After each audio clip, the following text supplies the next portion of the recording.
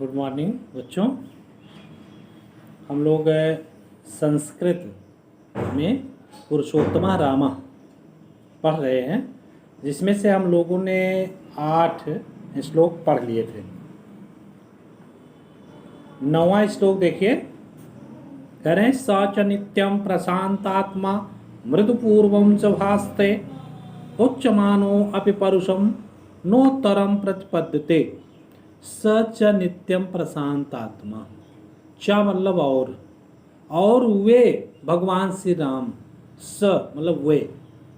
जब किसी व्यक्ति विशेष व्यक्ति के लिए स का प्रयोग किया जाता है तो उसका अर्थ बहुवचन में होता है। ठीक है, जैसे स मतलब वह, स मतलब वे। तो भगवान श्री राम के लिए प्रयुक्त किया गया सम्मान सूचक शब्द है स च नित्यम प्रशांत आत्मा। वे भगवान श्री राम नित्य शांत आत्मा वाले, मृदुपूर्वम च भासते और मधुर भाषी थे, मीठा बोलने वाले थे। उच्चमानो अपि परुषम नोत्तरम प्रतिपद्यते। उच्चमानो अपि परुषम, परुषम मतलब कठोर वचन। उच्चमानो अपि बोले जाने पर भी, कठोर वचन बोले जाने पर भी नोत्तरम प्रतिपद्यते। नो उत्तरम, न धन उत्तरम, न मतलब नहीं, उत्तरम मतलब उत्तर, प्रतिपद्यते मतलब प्रतिपादित करते थे। मतलब कि उच्चमानो अपि परुषम, अपने लिए कठोर वचन बोले जाने पर भी नोत्तरम प्रतिपद्यते, कोई उत्तर प्रतिपादित नहीं करते थे। तो फिर से एक बात देख लीजिए, स च नित्यम प्रशांत आत्मा मृदुपूर्वम च भासते, और वे भगवान श्री राम नित्य शांत आत्मा वाले, मृदुपूर्वम च भासते और मधुर भाषी थे। उच्चमानो अपि परुषम, कठोर वचन बोले जाने पर भी नोत्तरम प्रतिपद्यते, कोई उत्तर नहीं देते थे, कोई उत्तर प्रतिपादित नहीं करते थे। अगला है कदाचित उपकारेण कृतेन एकेन तुष्यति न स्मरते अपकाराणाम सतम आत्मशक्तया। कह रहे हैं कि कदाचित उपकारेण कृतेन एकेन, एकेन उपकारेण कृतेन, एक उपकार करने से ही, कदाचित मतलब कभी भी एक उपकार करने से ही तुष्यति मतलब प्रसन्न होते हैं। वे भगवान श्री राम कभी भी एक उपकार करने से प्रसन्न होते हैं। और न स्मरत्य अपकाराणाम सतम अपि आत्मशक्तया।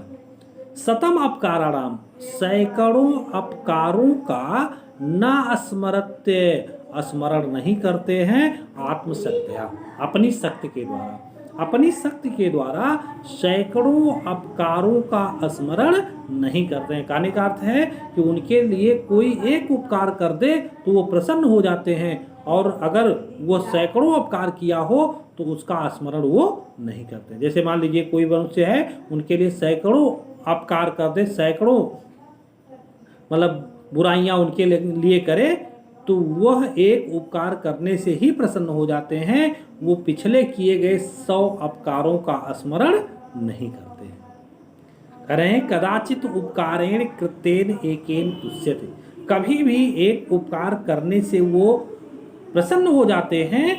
ना स्मरत्य अपकाराणाम सतम अप्यात्म, और अपनी शक्ति के द्वारा सैकड़ों अपकारों का स्मरण नहीं करते हैं। आगे कह रहे हैं सर्व विद्या व्रत स्नातो यथावत सांग वेद विद अमोघ क्रोध हर्ष त्याग संयम काल विद।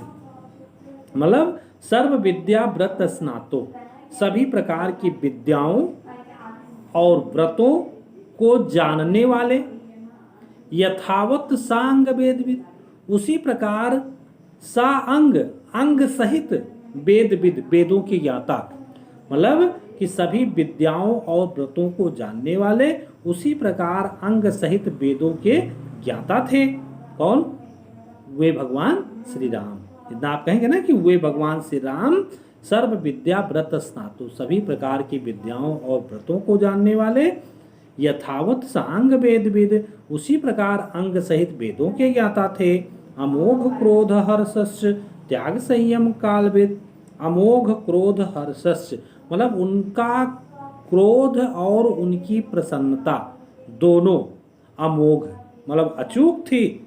त्याग संयम कालविद मतलब त्याग संयम और काल मतलब समय, त्याग संयम और समय के वे ज्ञाता थे।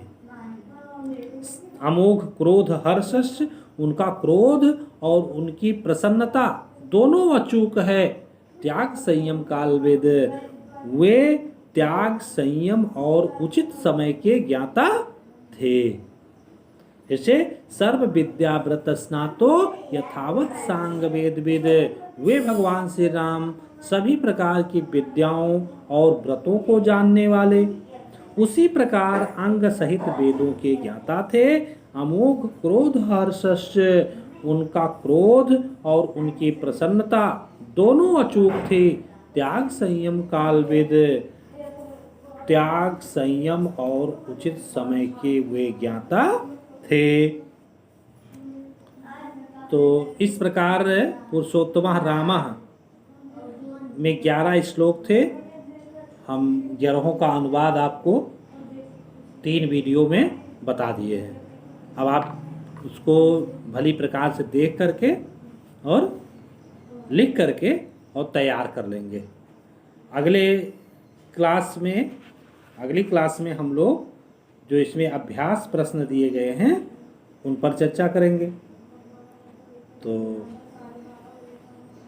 आज का वीडियो हम यहीं समाप्त करते हैं। नमस्कार।